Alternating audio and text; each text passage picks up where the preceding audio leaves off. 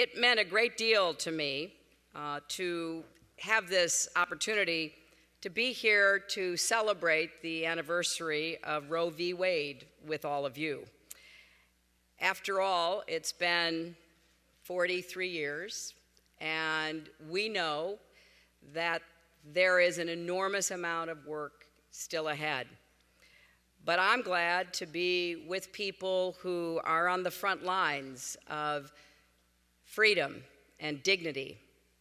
And I think it's only fair to say that if I look out at all who are here, knowing some of you, knowing your commitment and your passion, this is a fight we will keep winning as long as we stick together and as long as we understand what the stakes are. You know, Jean mentioned some of the other champions that are in office and who we need to stay in office.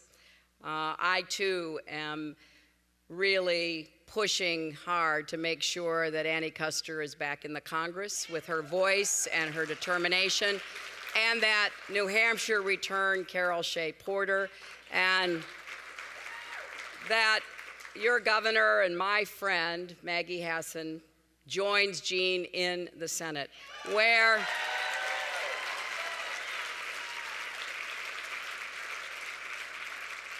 she is desperately needed on this issue and so many others.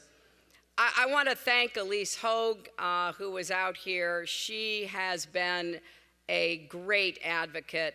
She understands that gender equality and economic equality actually go hand in hand. You cannot really promote one without understanding the other.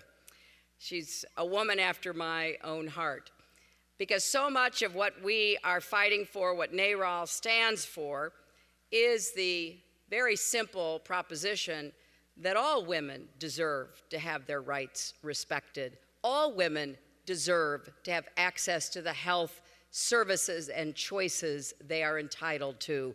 It should not be that some who are fortunate economically can access their rights while all others are left behind. And we need to take that message and weave it together with the economic message that this election is really all about. Yes, we want to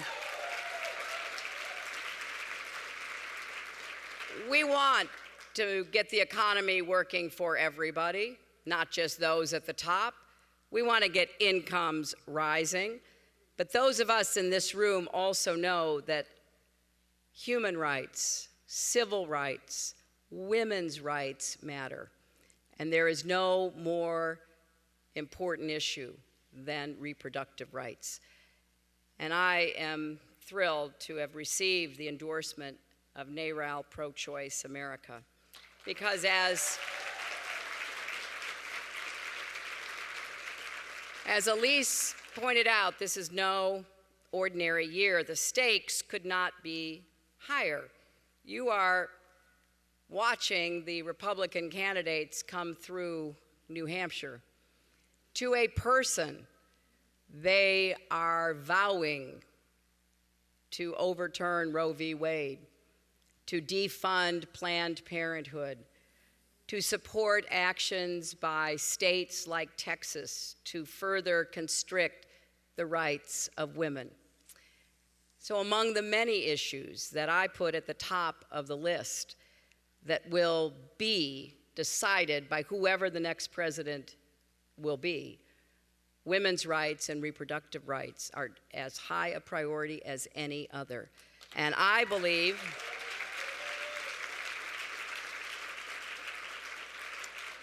that when the next president walks into the Oval Office on January 20th, 2017,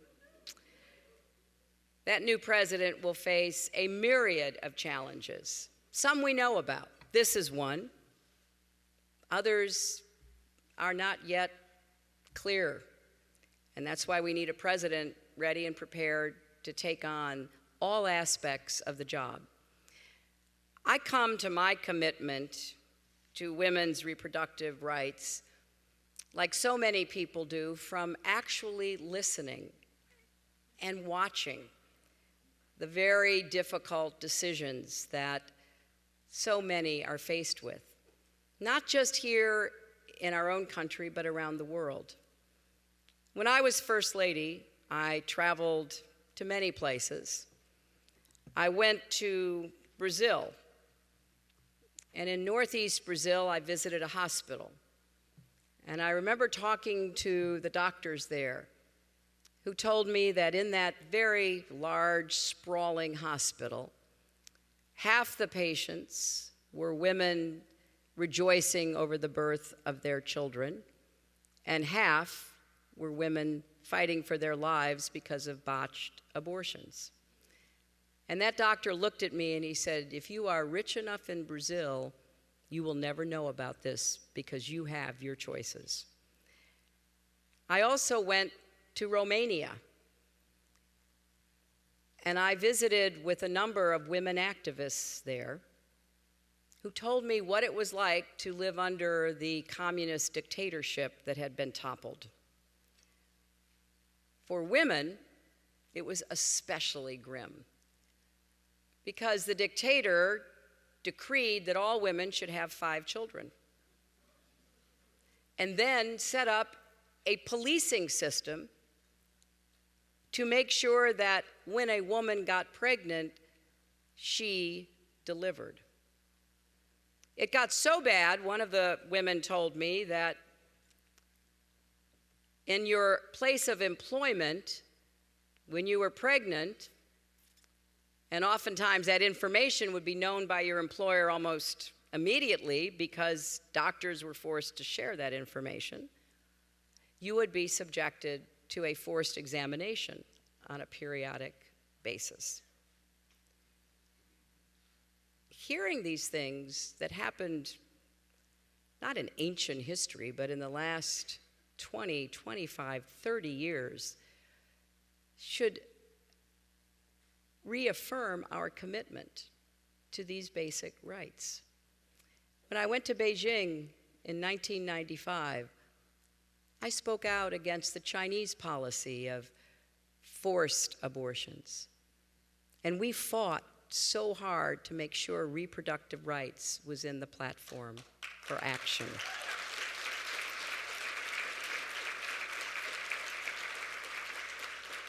I sometimes wonder whether those who are so adamantly opposed to the fundamental freedom to make your own choices on this most personal of issues are just unaware, ignorant, opportunistic, cynical. But it's clear that they have no regard for what women's lives are like. And I don't know who they talk to. Certainly not to the women and men that most of us have had the occasion to talk about when this issue has arisen. But I want you to just think for a moment what's at stake in the next year. The Supreme Court will consider the Texas law that imposes burdensome and medically unnecessary restrictions and will decide whether Roe v. Wade can be further chipped away with all kinds of fancy language and regulatory schemes. If that law is allowed to stand, there would be just 10 health centers that offer abortions left in the entire state of Texas for 5.4 million women of reproductive age. And of course, the effects are not going to stop in Texas. That will ripple across into so many other states. The court will also review another challenge to the birth control benefit in the Affordable Care Act. Remember Hobby Lobby, which gave a woman's boss the power to limit her health care choices? Well, the fight over contraception coverage isn't even over. The court's going to have another chance to get it right. But imagine what will happen if a Republican, any one of those running, were to win this election. The next president will probably have somewhere between 1 and 3 Supreme Court appointments. Imagine the kind of justices they would appoint. Imagine what it would do not just to reproductive health, but to so many concerns that really are at the heart of our economy and our democracy. Well, now this is not a new fight, but it is important for us to gird ourselves for what lies ahead. Because the actions in the states are not going to stop. And the actions in a Republican Congress are not going to stop. They did finally get a repeal of the Affordable Care Act and defunded Planned Parenthood, and thank goodness President Obama was there to veto it as soon as it arrived.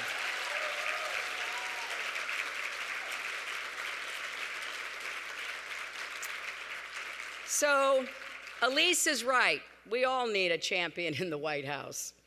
And not just someone who says the right things, but someone who does them as well, who will stand up to each and every attack and who will do everything she can to protect reproductive rights.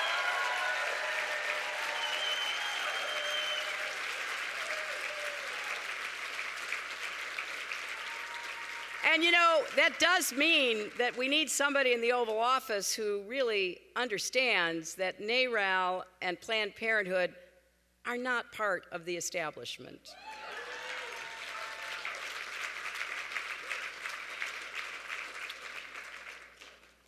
So I'm grateful to have your support in this election. And I am looking forward to waging this campaign with all of you. I was telling Elise that I love seeing people at my rallies as they've been showing up in Iowa, wearing the t-shirts, wearing the buttons, making it clear they are proud to stand for reproductive rights and proud to stand for me and what all of us will do together.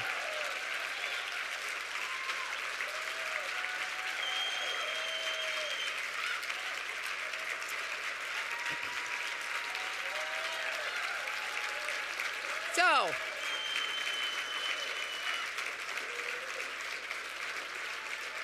let me pledge to you that we will be partners. And we have to take a hard look at what more progress we can make. We have laws like the Hyde Amendment, which is specifically designed to make it harder for low-income women to exercise their reproductive rights. I've spoken out against the Hyde Amendment for a long time. As president, I will fight to overturn it.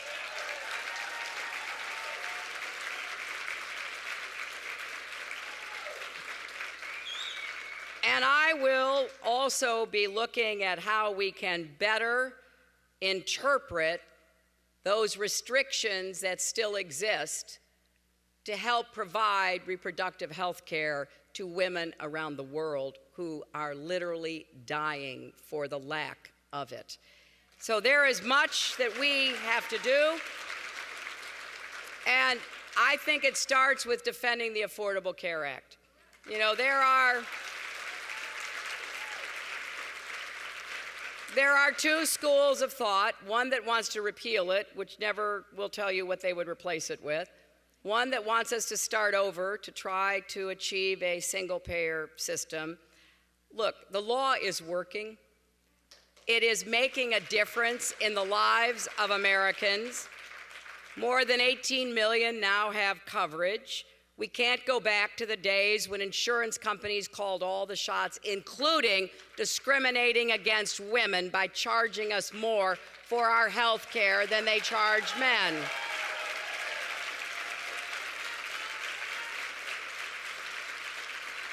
So let's work to fix it and improve it and decrease costs, but let's not start over again. We can't plunge our country into another contentious debate over health care. We have to make what finally we have achieved a great achievement of President Obama and the Democratic Party. We've been trying to get on the path to universal coverage since Harry Truman.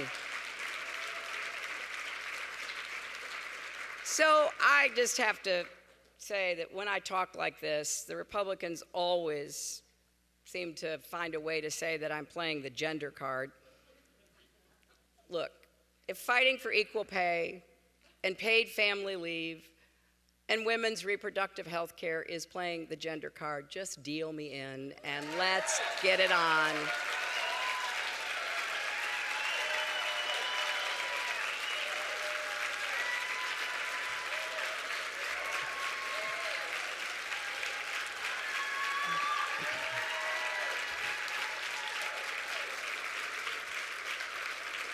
And let me end with a very personal plea.